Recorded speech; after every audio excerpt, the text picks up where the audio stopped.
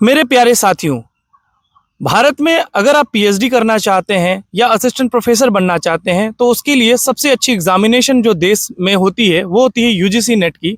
और उसी एग्जामिनेशन के थ्रू जब आप 1% में आते हैं अपने स्पेसिफिक सब्जेक्ट में, तो आपको जेआरएफ मिलता है, यानी कि फेलोशिप मिलती है, जो कि एक बहुत अच्छा अमाउंट होता है ड्यूरिंग योर पीएचडी। ठीक है, तो मैं प्रसून कुमार और हमारे साथ आज मौजूद है प्रियांशु किशन। हम दोनों जेआरएफ हैं और बीएचयू से पीएचडी कर रहे हैं, और काशी हिंदू विश्वविद्यालय से ही ये वीडियो आपके लिए लेकर आ रहे हैं कि आप यूजीसी नेट के इन कम दिनों में किस प्रकार अपनी पेपर 1 को बहुत बेहतर कर सकते हैं।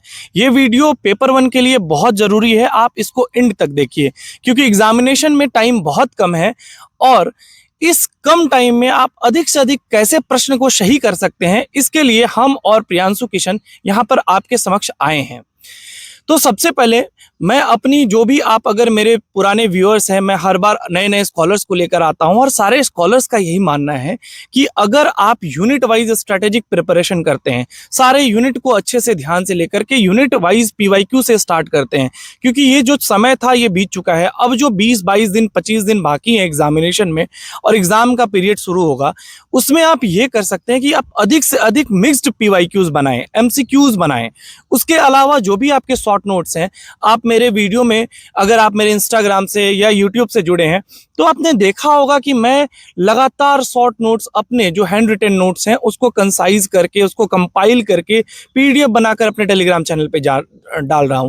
आप उन शॉर्ट नोट्स को भी ले सकते हैं और अपने शॉर्ट नोट्स के साथ मिला के जो इंपॉर्टेंट टॉपिक्स है उसको रिवाइज कर सकते हैं। आप स्क्रीन पे देख रहे होंगे, ये चल रहा होगा। इसके अलावा मैं बार बार बोलता हूं कि जो सुबह 9 बजे और शाम 3 बजे जो एग्जामिनेशन टाइम होता है, उस पर सीबीटी मोड में, यानी अगर आपके पास डेस्कटॉप है, लैपटॉप है, तो आप उस पर टेस्ट बना सकते हैं। जैसे कि मैंने ऑलिव बोर्ड को यूज किया था। ऑलिव बोर्ड पे क्या होता है कि आप 50,000 से ज्यादा यहाँ पे एस्पिरेंट्स रहते हैं और आप उस पे जाकर टेस्ट बनाइए। टेस्ट बनाने क्या है, अभी 12 से 14 तारीख तक, ये जो 14 जून तक है, यहाँ पे क्या हो रहा है कि यहाँ पे लाइव टेस्ट खुल गया है, एकदम फ्री एक्सेस है। आप आराम से जाइए, वहाँ पे टेस्ट बनाइए और आपको अपना रैंक मिलेगा। आप कभी भी जाके ऑलिव बोर्ड पे अपना साइन इन कीजिए और वहाँ पे ऑलिव बोर्ड से जुड़कर आप टेस्ट दीजिए, और आपको पता चलेगा कि आप देश में आपकी रैंकिंग क्या है पेपर 1 में, और आप अपने स्पेसिफिक सब्जेक्ट का भी वहाँ पे टेस्ट बना सकते हैं।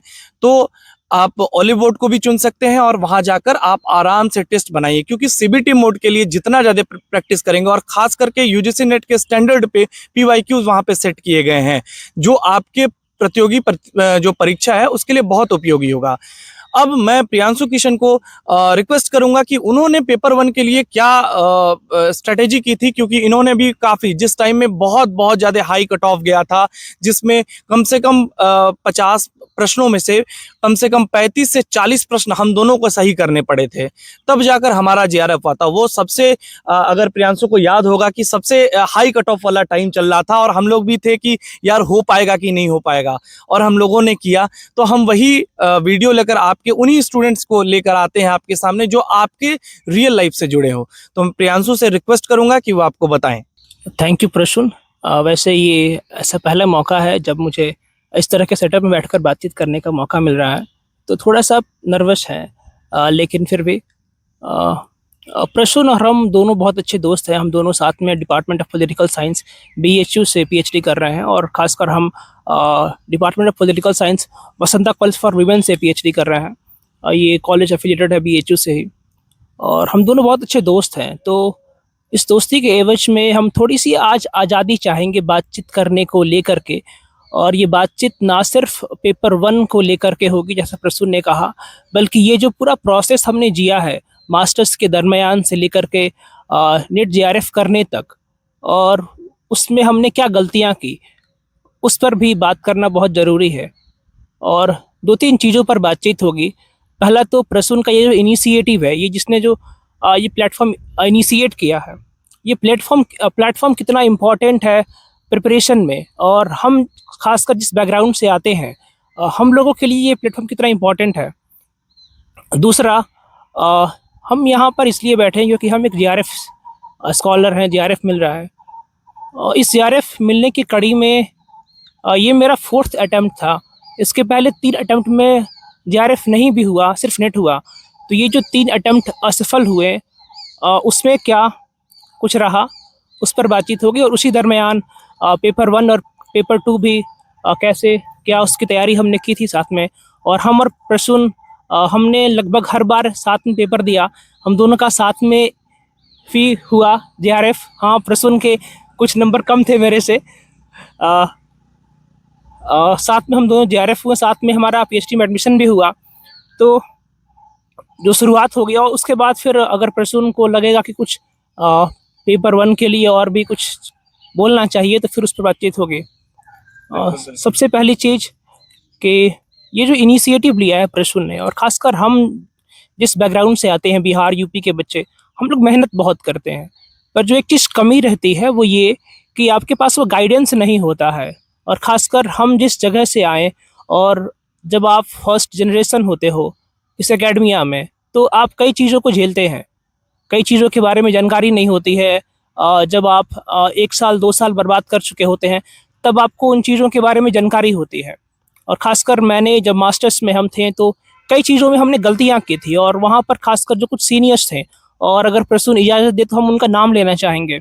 सीनियर्स में जैसे शशि भैया, वो अभी पौंडीचेरी यूनिवर्सिटी में हैं, राहुल तिवारी JNU में है, राहुल पंजाबी इंदौर, सत्यांश भैया लखनऊ। इन लोगों ने JRF के प्रिपरेशन में बहुत हेल्प किया था, ना सिर्फ इस पूरे प्रोसेस में, बल्कि एग्ज़ाम के एक दिन पहले आप कैसे स्ट्रेस मैनेज करेंगे, किन चीज़ों पर पढ़ेंगे, किन चीज़ों को रिवाइज करेंगे, और एग्ज़ाम के दिन, जैसे कि मेरे मन में जो डर क्या था कि अगर एग्ज़ाम के दिन कुछ गलतियां हो जाए, 1-2 क्वेश्चन अगर सबके गलत होते हैं, चाहे वो टॉपर भी काहे ना हो, 1-2 क्वेश्चन गलत होते हैं या आते हुए सवाल भी, तो उसको कैसे टैकल करें। और उसके बाद अभी जब हम PhD में हैं, तो यहाँ पे जो सीनियर्स हैं, वसुधा हैं, आनंद है, अनमोल भैया हैं सोशियोलॉजी डिपार्टमेंट से, तो इन लोगों ने जो हेल्प की है, ये एक बहुत बड़ा जो गैप था एकेडमिया में, उसको फुलफ़िल करने में ख़ासकर हम जैसे स्कॉलर्स के लिए इन लोगों ने बहुत हेल्प की। और यही काम प्रसून कर रहा है इस प्लेटफॉर्म के ज़रिए, वो जिस तरह के स्कॉलर्स को सामने लेके आ रहा है, और हम खुद इसके चैनल को पिछले कुछ महीनों से फॉलो कर रहे हैं। यहाँ जिस तरह की बातचीत हो रही है वो बहुत अच्छी बातचीत है। और 2 चीज़ें होती है प्रिपरेशन में, पहला तो गाइडेंस, दूसरा उस गाइडेंस को फॉलो करना। तो इस चैनल के माध्यम से आपको बहुत अच्छा गाइडेंस मिल रहा है, आप उस चीज़ को मान करके उस चीज़ को फॉलो करें, ये आपके लिए बहुत फ़ायदेमंद होगा। And the second thing is कि ये जो प्रिपरेशन की हमने साथ में, हमने और प्रसून ने, हम साथ में लाइब्रेरी बैठते थे, और लाइब्रेरी में किताबें, KVS मैदान और पता नहीं क्या क्या, और सारे दोस्त मास्टर्स में।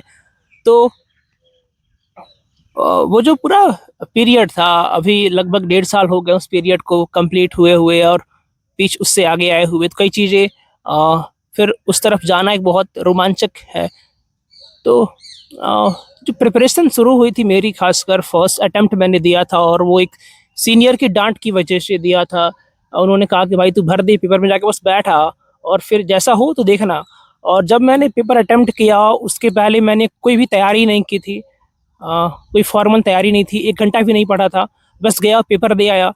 पेपर देने के बाद जब निकला तो समझ में आया कि भाई अगर 10-12 क्वेश्चन और हो जाते तो शायद इसी बार JRF होते। ये शायद गलतफहमी थी, लेकिन फिर भी नेट हो गए थे। फिर सेकंड अटेम्प्ट में मैंने दिया पेपर, और उस दरमियान एक दोस्त था, उसके पास एक चैनल का, शायद उसका नाम हम नहीं ले सकते हैं यहाँ पे, तो उसका सब्सक्रिप्शन था उसके पास 10-12 दिनों के लिए। तो मैंने उस चैनल्स के जो नोट्स थे डाउनलोड किए, फिर उस नोट्स को देखा, और ख़ासकर 2-3 टीचर्स बहुत इंपॉर्टेंट थे उस प्रोसेस में। ख़ासकर यहाँ पर पेपर 1 के बारे में बातचीत होगी। पेपर 1 में तोशिबा शुक्ला, गुलशन अख्तर और तलवीर सिंह, और तलवीर के खासकर पुराने वीडियोज, और तलवीर का लॉजिकल रीजनिंग पर एक प्लेलिस्ट है 10-12-15 वीडियोज़ का, और वो लगभग 15-20 मिनट के बाद वीडियोज़ हैं।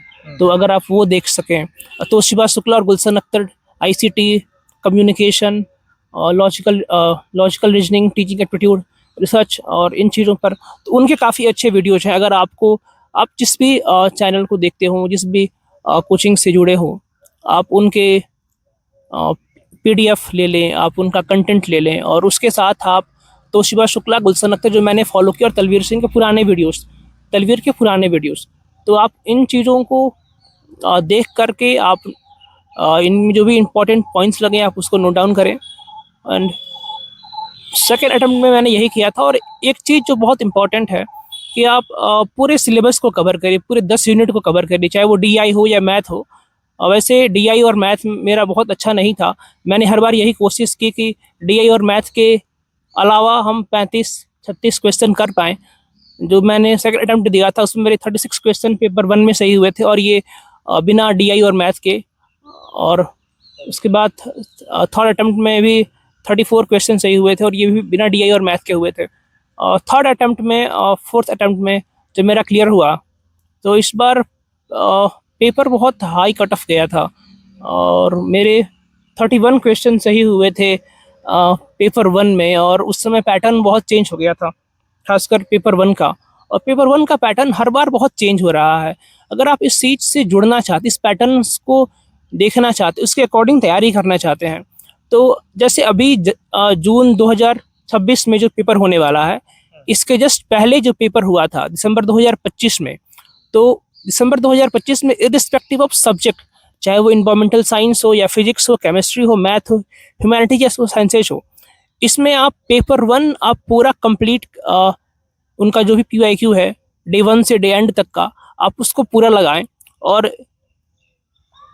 उस सेटअप में ही लगाएं, एग्जाम हॉल में जिस तरह आप बैठते हैं 1-1.5 घंटे का टाइमिंग लेकर के, और उसको आप पूरा करें। और इसके साथ में आप नोट्स ज़रूर लें। आप जो भी बनाएं या पढ़ें उसके नोट्स ज़रूर लें, और जितनी बार आप इसको PYQ कर सकें। प्रियांशु, मैं आपका बहुत बहुत धन्यवाद करना चाहता हूँ। आपने बहुत बहुत प्यारा अप्रिशिएशन भी दिया मेरे को, और मैं निरंतर प्रयास करता रहता हूँ कि मैं सारे स्कॉलर्स को धीरे धीरे अपने चैनल पर लेकर आऊँ, जिससे मेरे जितने भी व्यूअर्स हैं, खास करके जो मेहनतकश हैं, जो चाहते हैं कि उनके घर परिवार की, उनकी और उनके आने वाली भविष्य की दशा और दिशा दोनों निर्धारित हो, और वो मेरे से जुड़े हैं, मैं उनके लिए सदा निरंतर प्रयास करता रहता हूं और करता रहूंगा। अभी जैसा कि इन्होंने बताया कि PYQs और उसी सेटअप में PYQs जितना आप लगाएंगे उतना आपके लिए बेहतर होगा, और ये इररिस्पेक्टिव ऑफ योर सब्जेक्ट जो भी PYQs मिल रहे हैं आपको। मैंने इसीलिए आपको ओली बोर्ड का भी नाम बताया। आप आराम से वहां पे जाइए, आप आराम से बैठिए, CBT मोड में लैपटॉप लीजिए, फोन लीजिए, टेबल चेयर लीजिए, और पूरा मॉक लगा लीजिए। पेपर 1 प्लस पेपर 2 का 150 क्वेश्चन। मैंने जब इसको लगाया था, मुझे याद है जब 2023 जून 2024, जिसमें सबसे पहले जब हम लोगों का JRF बहुत अच्छा मार्क्स हुआ था और पेन और पेपर पे हुआ था, प्रियांशु को याद होगा, वो पेपर लीक हो गया था। और पेपर लीक होने के बाद वो कैंसिल हो गया। कैंसिल होने के बाद हम सब लोग एक नर्वस सिचुएशन में, ऐसे नर्वस ब्रेकडाउन वाले सिचुएशन में थे कि अब हमारा क्या होगा। जब हमने बहुत अच्छा कर लिया है, जब हमारा सब कुछ बहुत अच्छा प्रश्न सही हुआ है, फिर ये पेपर लीक हो गया और हमारे हाथ में कुछ भी नहीं बचा था। उस टाइम हमारा मास्टर्स भी कंप्लीट हो गया था, और हमने सोचा कि अब करेंगे तो करेंगे क्या भाई। 1 महीने बाद री एग्जाम होना था। मैंने उस 1 महीने में सिर्फ मॉक्स लगाया, खुद को संभाला और बहुत अच्छे से मॉक्स लगाया, PYQs लगाए, और आप यकीन करिए 1 घंटे 40 मिनट में मैंने उस पेपर को किया था जिस बार मेरा JRF हुआ था। ठीक है, और ये सारा क्रेडिट सिर्फ वो मॉक, उस गर्मी में, बनारस में काफी तेज गर्मी पड़ती है, जब आप उस एक्सट्रीम वेदर में खुद को अडेप्ट कर लेते हैं तो आप बहुत आगे बढ़ते हैं। तो इस लास्ट टाइम में जब आपका एग्जामिनेशन बहुत करीब आने वाला होता है, तो उस टाइम में आपका पूरा जो मूड होना चाहिए वो अटेंटिव होना चाहिए कि आप MCQ को कैसे डील करते हैं। अगर आपके अंदर, प्रियांशु भी इस बात से सहमत होंगे, अगर क्वेश्चन सॉल्विंग एबिलिटी आपके अंदर डेवलप हो गई तो you will be going to crack it.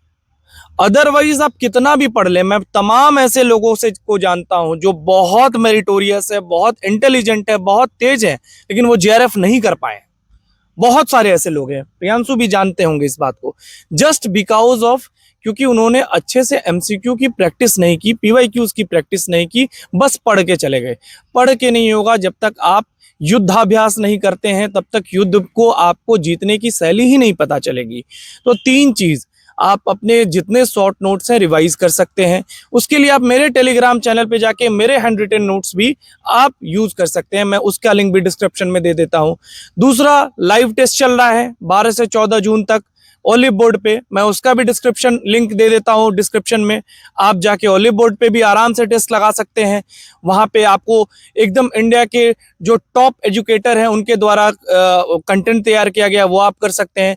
और तीसरा सबसे बड़ी बात कि खुद को नर्वस नहीं होने देना है। ना ओवर कॉन्फिडेंस जरूरी होता है, ना अंडर कॉन्फिडेंस जरूरी होता है। एकदम खुद पे सेल्फ कॉन्फिडेंट रहिए और मेहनत करते रहिए। मेहनत करने वालों की कभी हार नहीं होती है।